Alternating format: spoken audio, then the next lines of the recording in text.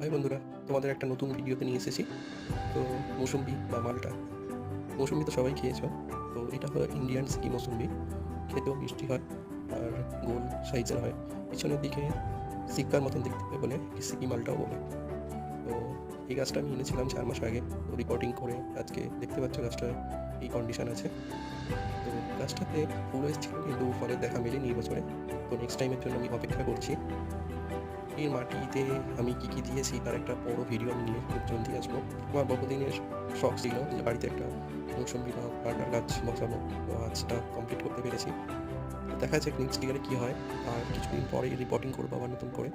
নতুন মাটি দিয়ে কী করে বানাবো সেটা তোমাদের ভিডিওটা দেখাবো পুরো।